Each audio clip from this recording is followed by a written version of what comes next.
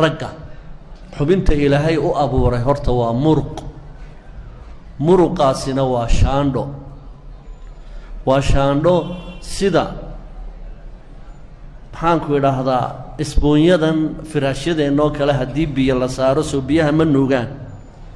sidaasoo kale ayuu dhiigga u nuugaa muruqaas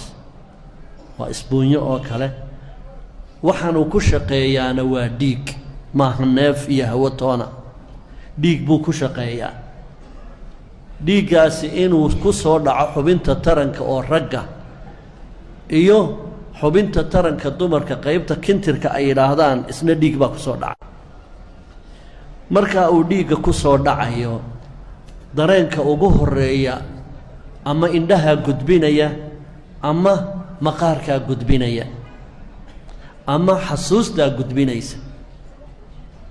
qofku isagoo aan waxna taaban waxna arkin ayaa dareen ku soo dhacaya doonitaan ah dabadeedna wuxuu arkayaa xubintii oo kacday saddexdaa qaybood buu dareenku uu ku baraarugaa marka ugu horeysa ee dareen kacayo waxaa dhacaysa in haddii alla yidhaahdo xiniinyaha oo kale inay muud soo daayaan dabadeedna ay ku soo daraan dhiig markay dhiigga ku soo daraan ayaa isla daqiiqadiiba muudkii wuxuu gaadhayaa qanjir ku yaalla kelyaheenna dushooda surinaala la yidhaahdo oo muhiim u ah nolosheenna waaxyo badan qanjirkaasi farriintii buu akhriyayaa muudkii xiniiyuhu soo daayeen ayuu farriintoodii akhriyayaa markuu farriintaa akhriyo ayuu isna muud kale sii daynayaa markuu sii daayo ayaa wuxuu saameynayaa maxaanku idhaahdaa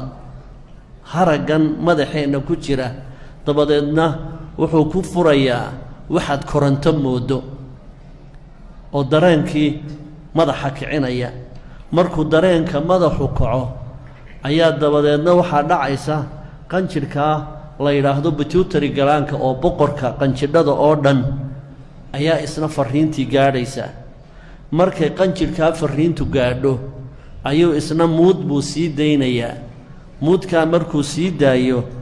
ayuu dareen wadayaasha qaybta xukunta xubnaha taranka ayuu isna farriin u dirayaa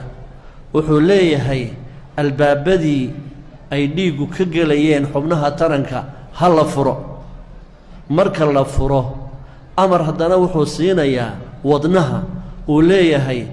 kordhi dhaqaaqaaga si dhiig fara badani uu u tago xubinta taranka markaasaa albaabo badan ayaa isfuraya waxaa ku soo shumaya markaa xubintii taranka dhiig badan baa ku soo shumaya markuu dhiiggaasi ku soo shummo ayaa haddana maskaxdu waxay amraysaa in albaabadii isxidhaan iyagoo dhiiggii ku jiro xubinta ayay albaabadii isxidhayaan inta camaliyaddu socoto albaabadii dhiiggu ka soo galeen dib baa loo awdayaa mar allaaliya marka obereshinkaasi uu dhammaado ayaa si automatically ah ayaa albaabadii isu furayaan dabadeedna dhiiggii sistamkiisii buu dib ugu noqonaya